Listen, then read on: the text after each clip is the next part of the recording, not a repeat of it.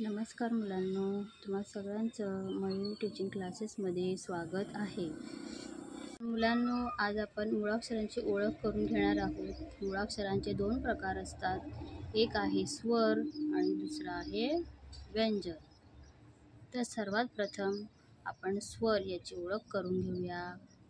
स्वरमध्ये सर्वात प्रथम आहे अ, आ, ई, ई, उ, ऊ, रू, ए, ऐ, ओ, औ, आहा, ॲ, अ. तर मुलांनो, स्वरमध्ये हे 2 स्वर अधिक ॲड झालेले आहेत, कारण आपण आता इंग्रजी शब्दांचा उपयोग करताना मराठी शब्द वापरतो, त्यामुळे हे 2 स्वरांची त्यात अधिक मदत होते.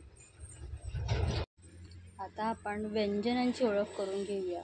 तर सर्वात प्रथम आहे क, ख, ग, घ, न, च, छ, ज, झ, न, ट, ठ,